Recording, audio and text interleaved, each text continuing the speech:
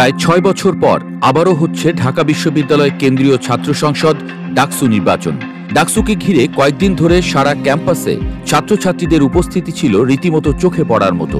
একটি বিশ্ববিদ্যালয়ের ছাত্র সংসদ নির্বাচন হয়তো সাধারণভাবে মনে হতে পারে কেবল ক্যাম্পাসের ভেতরের বিষয়, কিন্তু বিশ্লেষকরা বলছেন এই ভোটের প্রতিধ্বনি ছড়িয়ে পড়বে জাতীয় রাজনীতিতেও। অতীতে ডাকসুর নেতৃত্ব থেকেই জাতীয় রাজনীতিতে উঠে এসেছেন মাহমুদুর রহমান মান্না কিংবা নুরুল হক নূর। 2019 সালে ভিপি নির্বাচিত হয়ে নূর ছাত্র রাজনীতি থেকে সরাসরি জাতীয় নেতায় পরিণত হন। বিশেষজ্ঞরা বলছেন এবারের ডাকসুর নির্বাচিত নেতারাও আগামী দিনে জাতীয় রাজনীতির গুরুত্বপূর্ণ অংশ হয়ে উঠবেন। ফলে ডাকসুর ফল শুধু ক্যাম্পাসের সীমায় থেমে থাকবে না, বরং ভবিষ্যতের সংসদ ও সরকারেও তার প্রভাব দেখা যাবে। দীর্ঘ ১.৫ দশক ধরে আওয়ামী লীগ সরকারের শাসনামলে নির্বাচনের বিশ্বাসযোগ্যতা প্রশ্নবিদ্ধ হয়ে পড়েছিল।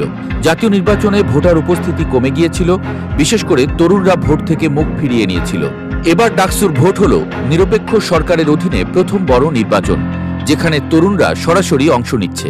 রাজনৈতিক বিশ্লেষকরা বলছেন এই অভিজ্ঞতা তরুণদের মনে নতুন আস্থা তৈরি করবে এবং আসন্ন জাতীয় নির্বাচনে তাদের অংশগ্রহণ বাড়িয়ে দেবে।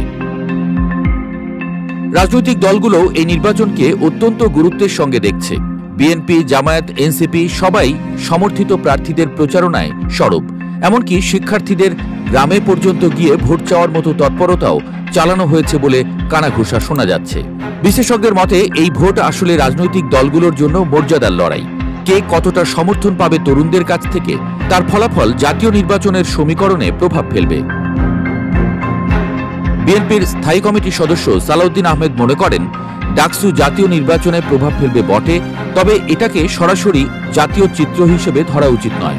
অন্যদিকে জামায়াতের নেতা এহসানুল মাহবুব জুবায়ের মনে করেন অতীতেও ডাকসুর নেতৃত্ব জাতীয় রাজনীতিকে প্রভাবিত করেছে, এবারও তা হবে। অতএব স্পষ্ট ডাকসুর ব্যালট কেবল বিশ্ববিদ্যালয়ের গণ্ডিতে আটকে নেই। ফলে এই নির্বাচন জাতীয় নির্বাচনের সমীকরণকে কতটা পাল্টে দেবে তা সময়ই বলে দেবে।